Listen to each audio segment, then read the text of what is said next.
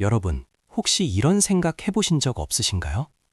나는 부모님 세대보다 더 많이 공부하고, 더 치열하게 스펙을 쌓고, 더 늦게까지 야근하는데, 왜 내 통장의 숫자는 불어나지 않을까?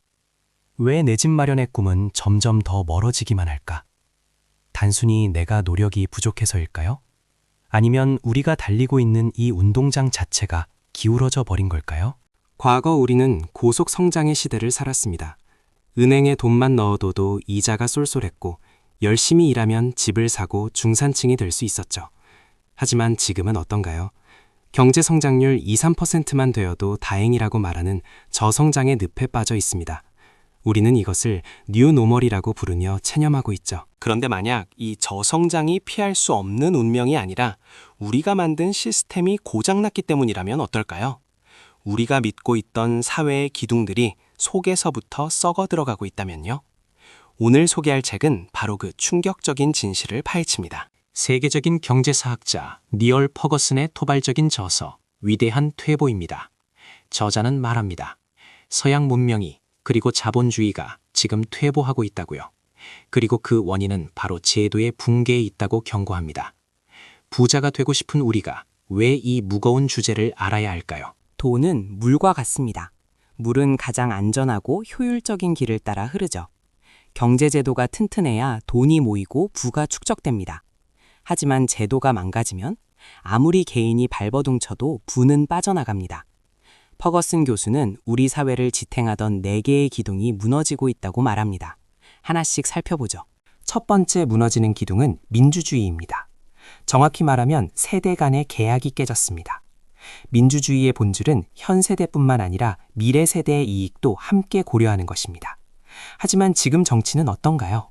당장의 표를 얻기 위해 미래의 돈을 끌어다 쓰고 있습니다. 국가 부채, 연금 고갈, 뉴스에서 매일 듣는 이야기죠? 이게 무슨 뜻일까요?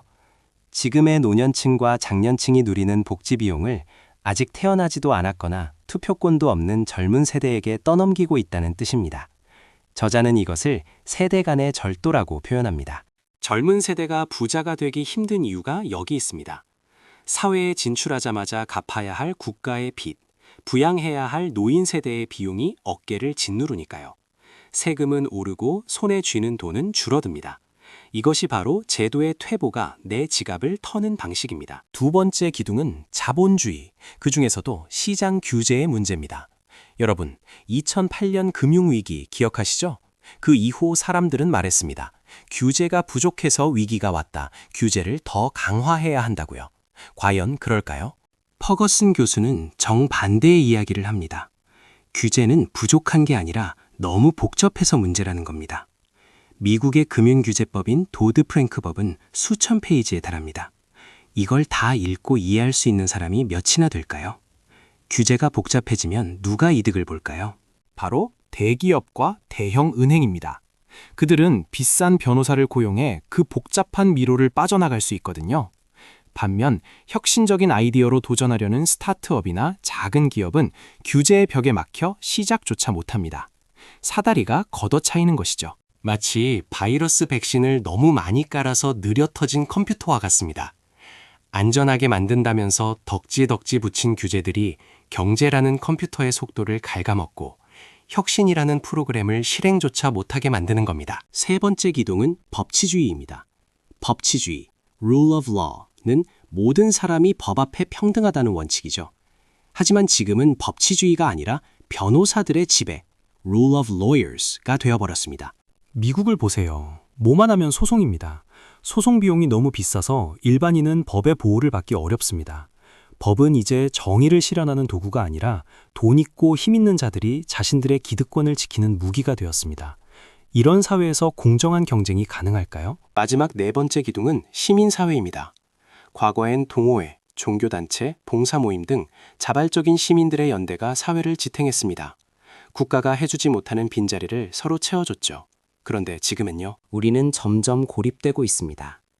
이웃과 교류하기보다 스마트폰을 봅니다. 문제가 생기면 서로 돕기보다 전부 탓을 하며 국가가 해결해 주기를 바랍니다. 모든 것을 국가에 의존하는 순간 시민사회는 죽습니다. 사회적 자본, 즉 신뢰가 사라지는 겁니다. 신뢰가 사라진 사회는 비용이 많이 듭니다. 계약할 때마다 의심하고 감시하고 소송을 대비해야 하니까요. 부자가 되기 위해서는 사람을 모으고 투자를 받아야 하는데 신뢰가 없는 사회에서는 이 과정이 너무나 험난해집니다. 정리해볼까요? 미래 세대의 돈을 훔치는 국가 부채, 혁신을 막는 복잡한 규제, 기득권만 보호하는 왜곡된 법, 그리고 무너진 시민사회. 이 네 가지가 얽혀서 우리가 사는 세상의 경제 엔진을 꺼뜨리고 있는 것입니다. 이것이 위대한 퇴보의 실체입니다. 너무 암울한가요? 그럼 우리는 그냥 이대로 가난해져야 할까요? 니얼 퍼거스는 말합니다. 제도가 인간을 만들지만 그 제도를 고치는 것도 결국 인간이다 라고요. 부자가 되고 싶다면 먼저 이 구조를 꿰뚫어 봐야 합니다. 단순히 열심히 일하는 것만으로는 부족합니다. 내가 속한 시스템이 나를 돕고 있는지 아니면 착취하고 있는지 냉정하게 판단해야 합니다. 투자자의 관점에서 볼까요? 과도한 규제가 있는 곳, 좀비 기업을 연명시키는 곳에는 투자하지 마세요. 대신 규제의 틈새를 뚫고 나오는 진짜 혁신, 기득권의 방해에도 불구하고 성장하는 분야를 찾아야 합니다. 그곳에 기회가 있습니다. 그리고 더 근본적으로는 목소리를 내야 합니다. 내 아이가 빚더미에 앉지 않도록 불필요한 규제를 없애도록 공정한 경쟁이 가능하도록 요구해야 합니다. 정치와 경제는 분리될 수 없습니다. 올바른 제도가 서야 내 재산도 지킬 수 있습니다. 이 책은 서양의 이야기지만 마치 지금 대한민국의 이야기처럼 들립니다. 저출산 고령화, 청년 실업, 부동산 문제, 규제 공화복. 우리도 위대한 퇴보의 길목에 서 있는 것은 아닐까요? 진정한 부자는 돈만 많은 사람이 아닙니다.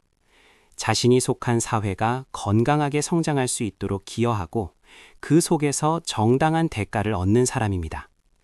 무너지는 건물 안에서는 누구도 안전할 수 없으니까요. 여러분은 어떤 선택을 하시겠습니까?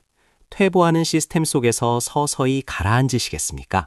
아니면 시스템의 문제를 직시하고 새로운 기회의 흐름을 만드시겠습니까? 경제를 보는 눈을 뜨는 것이 그 시작입니다. 오늘 영상이 망가진 시스템 속에서 여러분의 부를 지키는 데 도움이 되셨다면 구독과 좋아요 버튼을 눌러주세요. 더 현명한 부자가 되기 위한 통찰력으로 다시 찾아오겠습니다. 감사합니다.